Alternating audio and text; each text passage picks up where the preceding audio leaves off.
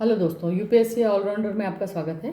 आज हम प्रश्न ले रहे हैं कि नदी जोड़ो परियोजनाओं को जल संकट से के संभावित समाधान के रूप में सराहा गया है, फिर भी इसके क्रियान्वयन से पारिस्थितिकी व्यवधान और ऐसे प्रयासों की दीर्घकालीन संवहनीयता को लेकर के चिंता उत्पन्न हो रही है।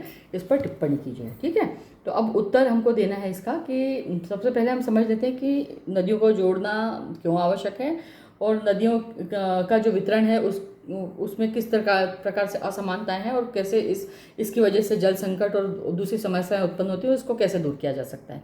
तो भारत एक ऐसा देश है जहाँ जल संसाधनों का वितरण असमान है। कुछ क्षेत्र बारहमासी बाढ़ से जूझते हैं, जबकि कुछ अन्य क्षेत्र सूखे का सामना करते हैं।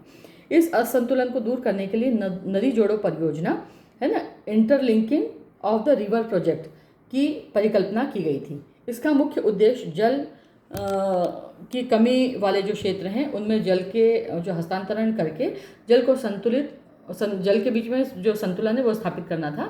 यह विचार पहली बार 1980 के दशक में सामने आया था और 2002 में इसे राष्ट्रीय महत्व की परियोजना घोषित कर दिया गया था। तो ये डेट आप याद रखिएगा कि पहली बार इसका विचार कब आया, 1980 में, और इसको क्रियान्वित मतलब इसको राष्ट्रीय महत्व की परियोजना कब घोषित किया गया, 2002 में। तो नदी जोड़ो परियोजना के संभावित समाधान। तो जल संकट का समाधान इससे उन क्षेत्रों में कृषि, पेयजल और औद्योगिक उपयोग के लिए जल उपलब्ध कराया जा सकता है जहां बार बार सूखा पड़ता है। इसके अलावा क्या फ़ायदा हो सकता है, इससे बाढ़ नियंत्रण भी किया जा सकता है। तो अधिक वर्षा वाले क्षेत्रों से जल हटा करके इससे कम वर्षा वाले क्षेत्रों में भेजने से बाढ़ का जो खतरा है वो भी कम हो सकता है। कृषि उत्पादन में वृद्धि होगी। जल उपलब्धता की वजह से सिंचाई सुविधाओं में सुधार होगा, जिससे खेती की उत्पादकता भी बढ़ेगी। ठीक है, नौवहन और रोजगार इस परियोजना के चलते जल परिवहन और मत्स्य पालन जैसी गतिविधियां बढ़ेंगी और उससे रोजगार के जो अवसर है वो सृजित होंगे, नए अवसर जो है वो विकसित होंगे। अब पारिस्थितिकी व्यवधान जो है उसको लेकर के क्या चिंताएं हैं, तो जैव विविधता पर प्रभाव पड़ेगा। जल स्रोतों की दिशा बदलने से नदी पारिस्थितिकी तंत्र का जो संतुलन है, इकोसिस्टम जो उसका है, वो बिगड़ सकता है। उदाहरण के लिए गंगा या ब्रह्मपुत्र जैसी जो नदियां हैं उसमें जैव विविधता को खतरा उत्पन्न हो सकता है।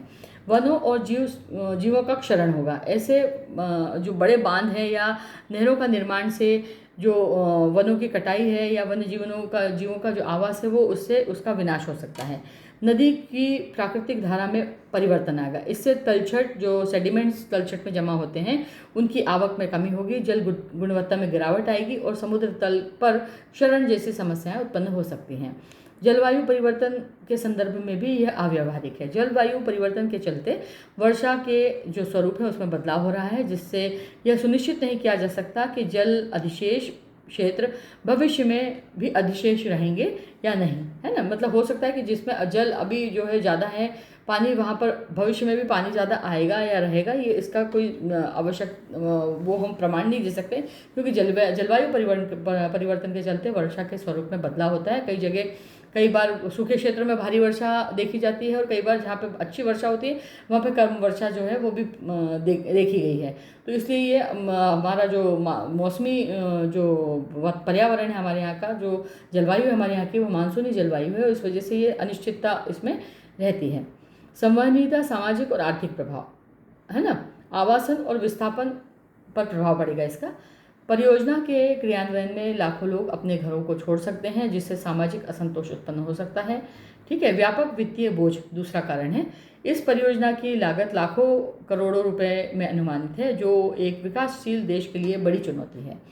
तीसरा कारण है राज्यों के बीच जल विवाद। विभिन्न राज्यों के बीच जल को बंटवारे को लेकर के पहले से ही विवाद है और नदी जोड़ने से यह संघर्ष और तीव्र हो सकता है। ठीक है, अब नदी जोड़ो परियोजना का हम क्या दे सकते हैं, इसका क्या निष्कर्ष निकलता है।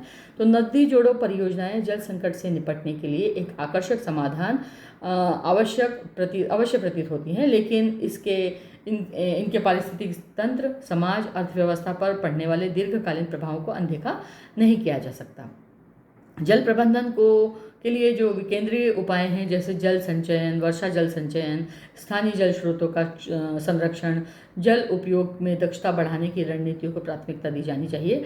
यदि नदी जोड़ने की परियोजना को लागू करना हो तो उसे अत्यधिक वैज्ञानिक विश्लेषण, पर्यावरणीय प्रभावों के मूल्यांकन और स्थानीय समुदायों की भागीदारी के साथ ही आगे बढ़ाया जाना चाहिए, ताकि वास्तव में संवहनी और समावेशी विकास का ये माध्यम बन सके और विवाद से बचा जा सके।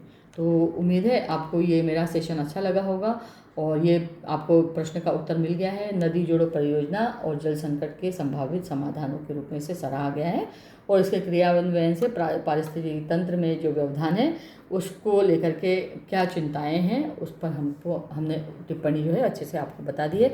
उम्मीद है आपको ये प्रश्न का उत्तर समझ में आ गया होगा। अगर आपको ये अच्छा लगा है तो आप प्लीज़ मेरे चैनल को लाइक कीजिए, सब्सक्राइब कीजिए, शेयर कीजिए और अगर आपको कुछ कन्फ्यूजन है तो कमेंट भी कर सकते हैं, जिसका मैं आपको ज़रूर जवाब दूंगी। Thank you.